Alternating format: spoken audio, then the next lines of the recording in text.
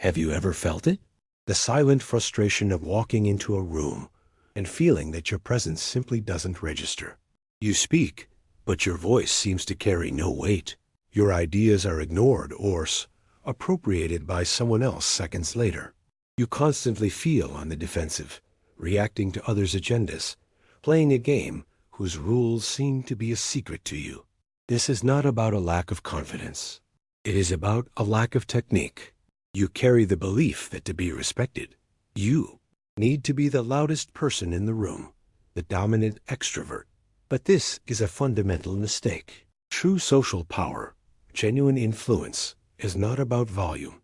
It is about control. It is the ability to command a room in silence, to define the reality of an interaction before a word of disagreement is even spoken. In this video, we are going to decode the psychology of influence. We are not going to talk about toxic positivity or superficial tips that make you feel like an imposter. We are going to analyze 5 advanced psychological tactics inspired by figures of power and strategists so that you can control any social situation. This is not a guide to becoming someone you are not. It is a manual for removing the blocks of anxiety and passivity that prevent your real competence from manifesting. The goal is not just to change how others see you, but to fundamentally rebuild how you see yourself in the game of power and status. Prepare yourself. What you are going to learn today will change the way you see every conversation, every meeting, and every negotiation forever. 1. The frame control tactic. How to define the context and rules of the interaction. Let's start with the most fundamental, and perhaps the most misunderstood, tactic in the arsenal of influence: frame control. When was the last time you walked into a meeting and were immediately put on the defensive, having to justify your actions or your point of view? That feeling of being reactive, of always being one step behind, is the result of losing the silent war for the frame. Most people believe that an interaction is an exchange of facts and arguments. This is a mistake. Every social interaction is, first and foremost, a collision of realities. And the person with the stronger frame dictates which reality becomes the consensus. This isn't about winning the argument. It's about controlling the battlefield where it happens. The fatal mistake is to accept the frame that is offered to you without questioning it. For example, when a boss asks, "Why is this project late?" his frame is one of failure and accountability.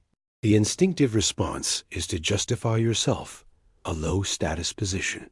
Think of Harvey Specter in Suits. He is rarely seen reacting emotionally or justifying himself. When a client or adversary confronts him with a problem, he does not accept the frame of panic. Instead, he reframes it. He might absorb the pressure with a calculated pause and respond, "So you're telling me." We have an opportunity to demonstrate our value under pressure. He doesn't argue about the problem. He redefines the meaning of the situation, moving the focus from failure to opportunity. He imposes his frame, and everyone in the room is forced to operate within it. Now, how do you apply this in your life? Imagine you are in a job interview, and the interviewer says, "We see you don't have direct experience in this specific area. Why should we take the risk?" Their frame is one of risk and doubt. The reactive response is to list excuses or small, irrelevant experiences. A high-status response, one that controls the frame, would be, "That's exactly why I'm valuable. I bring an external, unbiased perspective, capable of seeing solutions that someone immersed in the same routine for years cannot.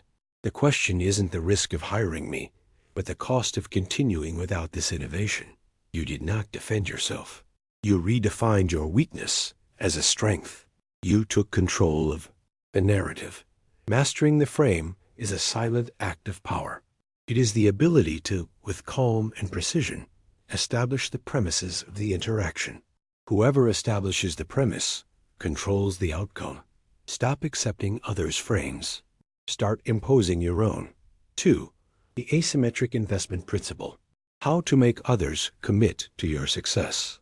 Now, let's analyze a deeply counterintuitive tactic that directly addresses one of the most common pains: the silent frustration of always being the nice guy who gets overlooked. If you are the type who does everything for others, hoping that one day the value of your effort will be recognized, you are operating with a flawed strategy. The asymmetric investment principle inverts this logic. Popular psychology tells you to offer help and favors to gain appreciation. The psychology of power says, get the other person to invest in you. This is an amplification of the famous Benjamin Franklin effect. The premise is that we do not like the people who do us favors. We like the people for whom we do favors. Every time someone invests a resource in you, be it time, advice, or a small favor, that person's brain needs to justify the action. The easiest way to resolve this cognitive dissonance is to conclude, I helped him.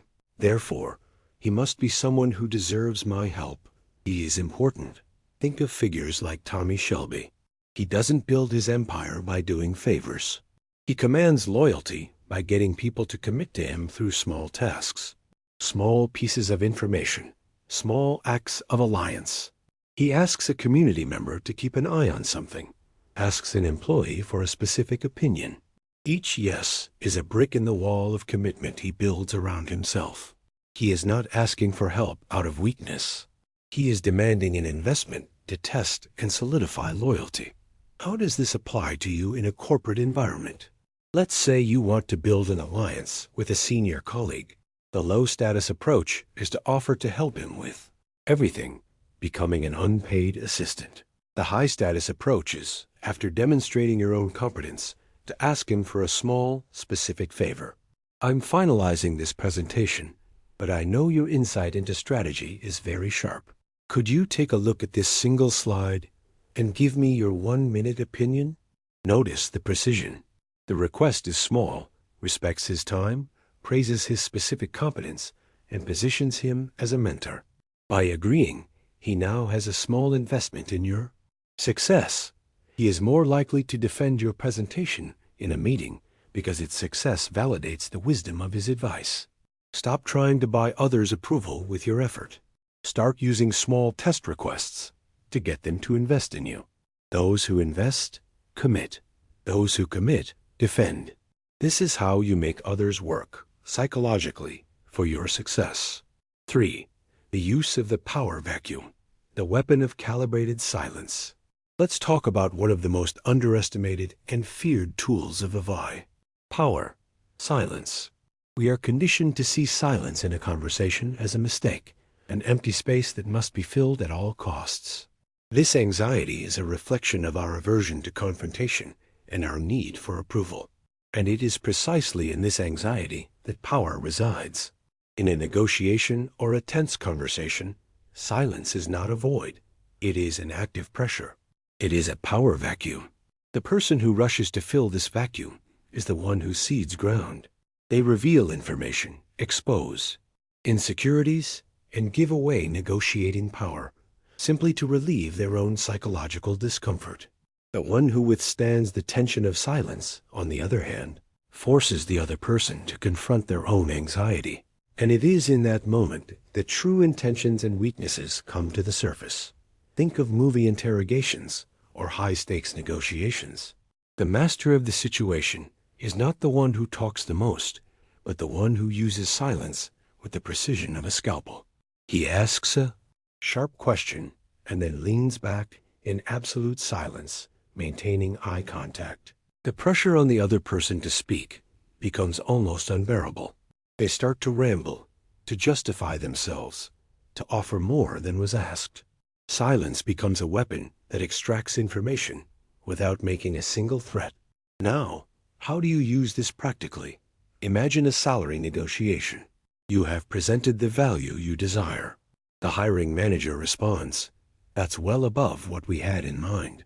The instinctive response, born of anxiety, is to start justifying the value immediately, weakening your position. The power response is calibrated silence. After his statement, you pause. Not an aggressive pause, but a thoughtful one. You maintain calm eye contact for 4, 5, 6 seconds. This vacuum becomes his problem. His brain is screaming for the silence to end. Most of the time, he will be the one to break the silence, perhaps with a concession. But maybe we can see what can be done, or by asking you to explain your reasoning, which gives control back to you. It is crucial to understand the difference. This is not the passive silence of someone who doesn't know what to say. It is the active silence of someone who knows they don't need to say anything. It is a demonstration that you are unshakable under pressure and completely confident in the value you have just presented. Master the power vacuum, and you will control the flow of the conversation without needing to raise your voice. 4. The mist of intention strategy. How to control others' perception by concealing your true motivation. In any power game, from the boardroom to a complex negotiation, predictability is a fatal vulnerability. If your adversaries or colleagues know exactly what you want and how you plan to get it, they can anticipate, block, and manipulate your moves with ease. The pain of being read like an open book is the pain of being powerless. To neutralize this, power strategists use the mist of intention. This tactic consists of operating with a level of calculated ambiguity, never fully revealing your motivations or the ultimate goal of your actions. You move in a way that makes your intentions difficult to decipher. This doesn't mean lying. It means controlling the clarity of your image. The psychology behind this is simple. The human brain hates uncertainty. When people cannot categorize your intentions, they spend an enormous amount of mental energy trying to figure you out. This preoccupation with analyzing you diverts their focus from their own strategies, granting you control of the pace and the narrative. The master archetype of this tactic is Tommy Shelby from Peaky Blinders. His actions often confuse both his enemies and his allies. He makes a move in the business world that seems irrational. He initiates a conversation with a rival that seems counterproductive. But behind this mist, there is a long-term plan that no one sees coming.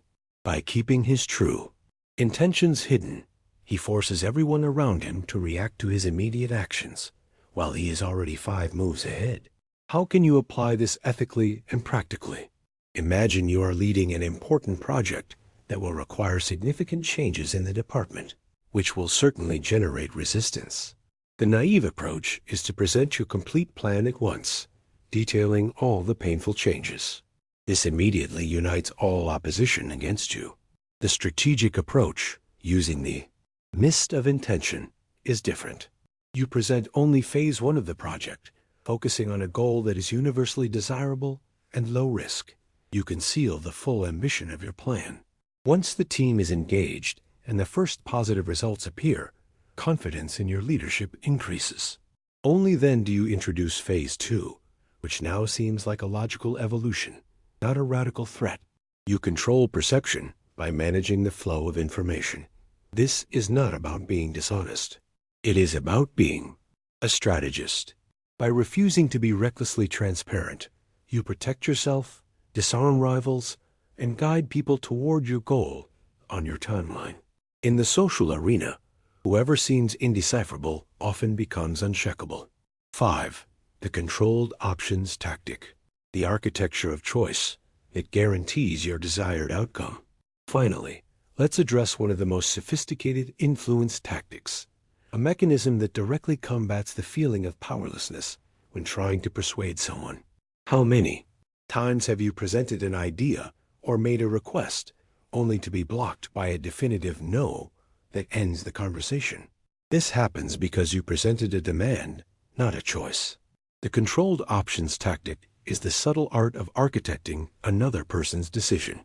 Instead of asking for one outcome, you offer 2 or 3 alternatives, where all of them lead to a scenario that favors you. The psychology here is brilliant. By offering a choice, you satisfy the fundamental human need for autonomy and control.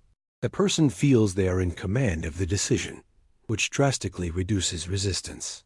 However, the universe of possible outcomes has been designed and limited by you. Harvey Specter is a master architect of choices. He never asks a hesitant client, "Do you want to accept the deal?" This invites doubt. Instead, he frames the situation with controlled options. We have 2 plays here. Option A: we refuse the offer, We go to court, and I will expose their tax fraud, which will be a long war, but one we will win. Option B. We counter with a new offer, showing we know about the fraud, and force a better deal within 48 hours. What do you prefer?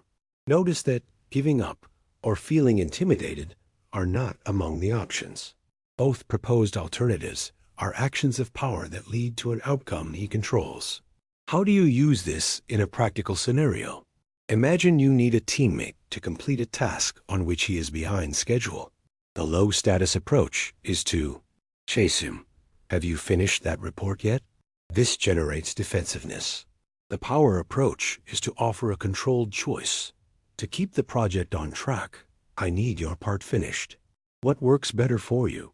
Focusing on it tomorrow morning and getting it to me by lunchtime, or taking tomorrow afternoon to close it out without interruptions. The question is no longer if the task will be done, but how it will be done. You have given him a sense of control over his own time, validated the importance of the task, and guaranteed your outcome. He is no longer being chased. He is being consulted on the execution strategy. Stop making requests that can be denied. Start building decision paths for others. By giving them the illusion of choice, you retain real control over the destiny of the interaction. You are no longer a petitioner. You are an architect. You have just seen 5 of the most powerful psychological tactics for controlling the flow of a social interaction. From defining reality with frame control to making others commit to your success through asymmetric investment, using calibrated silence as a weapon of pressure, concealing your intentions with a strategic mist, and finally, architecting outcomes with controlled options. I know what you might be thinking. Isn't this manipulation? Won't this make me seem fake? And that is the question that separates amateurs from strategists. See these tactics not as a mask to hide who you are, but as the tool that allows your true confidence to manifest, free from the block of anxiety and passivity. The frustration you feel from being invisible or disrespected is not because you are too nice. It is because you did not have the tools to protect your space and project your value. The ultimate goal is not to apply tricks for the rest of your life. It is to practice them until the mindset behind them, the calm under pressure, the strategic assertiveness, the control of perception, becomes your second nature. The real transformation happens when you no longer need to think about the tactic because you have become the person who commands respect naturally. You become unshakable. Social power is not a birthright. It is a skill. And now you have the manual. The question is no longer what to do, but who do you decide to become starting today? Did you like this analysis? Leave a like so this content can reach more people. And I want to know in the comments, which of these 5 tactics will you apply? First in your life, share your experience.